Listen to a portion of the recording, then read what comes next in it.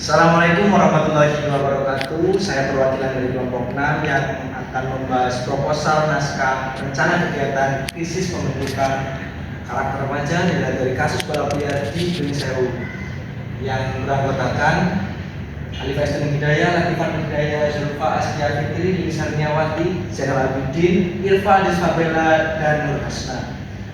Selanjutnya latar belakang. Pembentukan karakter remaja menjadi hal yang sangat penting karena mereka merupakan generasi penerus bangsa. Namun, di tengah perkembangan zaman muncul berbagai masalah sosial yang menghambat proses tersebut. Salah satunya adalah perilaku balap liar di kalangan remaja. Fenomena ini bukan hanya melanggar hukum, tetapi juga menunjukkan lemahnya pengendalian diri, kurangnya disiplin, serta rendahnya kesadaran moral. Balapan liar yang dilakukan tanpa memperhatikan keselamatan diri dan orang lain menandakan bahwa nilai-nilai Pancasila belum tertanam secara kuat. Oleh karena itu, diperlakukan upaya sistematis untuk memperkuat pendidikan karakter berdasarkan nilai-nilai Pancasila. Permasalahan dalam proposal ini ialah krisis karakter remaja yang tercermin dari perilaku menyimpang seperti balap liar. Krisis ini muncul karena lemahnya kontrol diri, minimnya rasa tanggung jawab, serta pengaruh negatif lingkungan sosial dan media. Kondisi tersebut menunjukkan bahwa remaja belum mampu menginternalisasi nilai-nilai moral yang menjadi dasar kehidupan bermasyarakat, berbangsa, dan bernegara.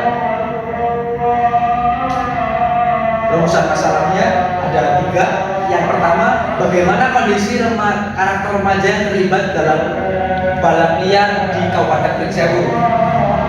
Kemudian, faktor-faktor apa yang mendorong mereka untuk terlibat. Yang ketiga, perilaku tersebut jika dijelaskan berdasarkan nilai-nilai Pancasila, sejauh mana penerapan nilai-nilai tersebut dapat membentuk karakter remaja, serta strategi apa yang dilakukan untuk memperkuat pembinaan karakter agar perilaku negatif seperti balap liar dapat diminimalkan. Tujuan dari penelitian ini antara lain yang pertama itu mengetahui kondisi pembentukan dan perkembangan karakter remaja di Kabupaten Gunung Sewu terkait keterlibatan mereka dalam balap liar. Kemudian mengidentifikasi faktor-faktor sosial, lingkungan, pribadi yang mendorong remaja terlibat dalam balap liar. Ketiga, menganalisis perilaku balap liar di kalangan remaja berdasarkan nilai-nilai Pancasila, khususnya sila kedua hingga sila kelima. Kemudian sejauh mana penerapan nilai-nilai Pancasila dapat membentuk karakter remaja agar mengurangi perilaku menyimpang seperti balap liar. Yang terakhir, merumuskan strategi dan upaya yang efektif dalam memperkuat pelatihan dan pengembangan karakter remaja di Kabupaten Gunung Sewu. Sumber kasus yang kita angkat pada kali ini ialah berdasarkan laporan dari Humas Polres Gunung Sewu tahun 2025, tercatat sebanyak 466 remaja dan 292 kendaraan bermotor diamankan karena terlibat dalam kegiatan balap liar. Sebagian besar perilaku adalah pelajar dan pelajar yang dipengaruhi oleh teman sebaya serta dorongan untuk mencari pengakuan sosial. Kegiatan ini sering dilakukan pada malam hari dan menimbulkan keresahan pada masyarakat, bahkan menyebabkan kecelakaan serta kerusakan fasilitas umum. Fenomena tersebut jelas menunjukkan adanya penyimpangan moral yang bertentangan dengan nilai-nilai kemanusiaan, persatuan, keadilan sosial yang terkandung dalam Pancasila. Kajian teori yang kita angkat yaitu pembentukan karakter dipengaruhi oleh lingkungan keluarga, sekolah, masyarakat. Menurut Suryadi 2022, kurangnya penanaman nilai moral secara konsisten akan membuat remaja mudah mempengaruhi perilaku negatif. Zimmerman dan Kit Santas tahun 2020 menegaskan bahwa individu dengan kontrol diri rendah cenderung bertindak impulsif dan tidak bijaksana. Narvaez dan Press tahun 2021 menjelaskan bahwa literasi moral digital yang rendah membuat remaja mudah meniru perilaku beresiko seperti balap liar. Sementara Kemendikbudristek tahun 2023 menekankan pentingnya pendidikan karakter berbasis Pancasila untuk membentuk generasi yang berakhlak mulia dan memiliki kesadaran sosial yang tinggi. Metodologi penelitian kita antara lain menggunakan pendekatan deskriptif kualitatif untuk memahami fenomena sosial secara mendalam. Lokasi penelitian berada di Kabupaten Pring Sewu, Provinsi Lampung, dengan waktu pelaksanaan pada rentan bulan November hingga Desember 2025.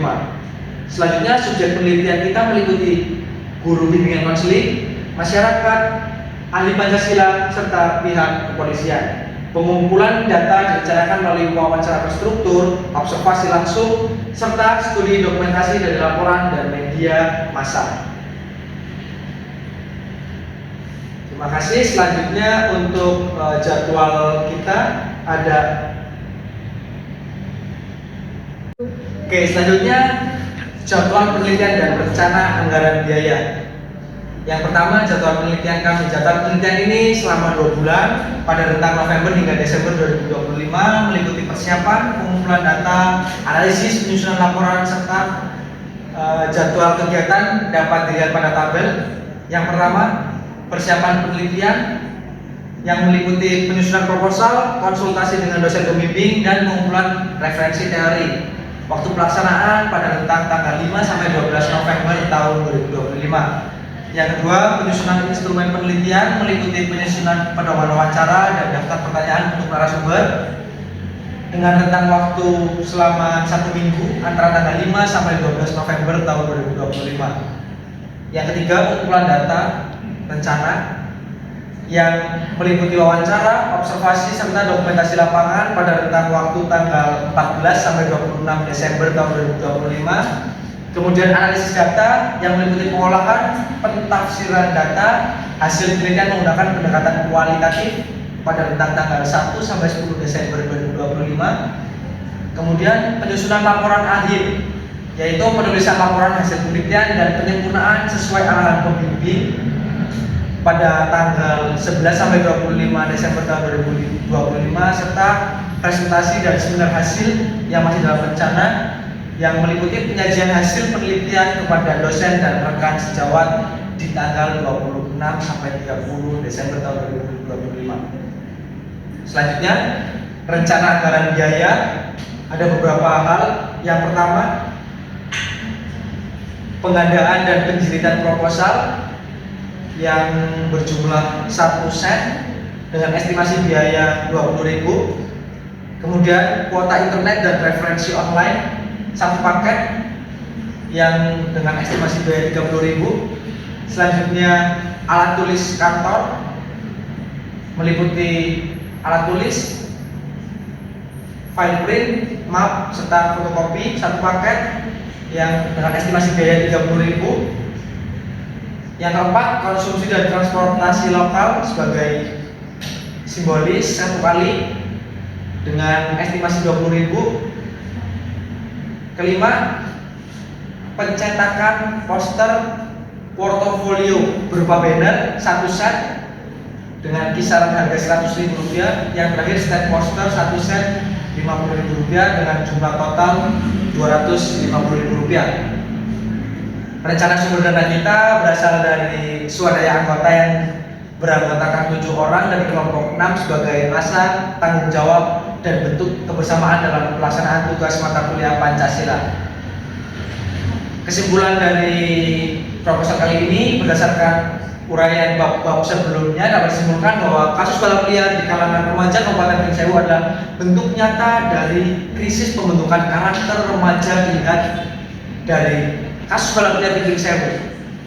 Kegiatan ini tidak hanya membahayakan keselamatan diri dan orang lain, tetapi juga mencerminkan rendahnya pemahaman remaja terhadap nilai-nilai moral dan sosial. Apabila dikaji dari perspektif Pancasila, perilaku balap liar bertentangan dengan nilai-nilai dasar bangsa Indonesia.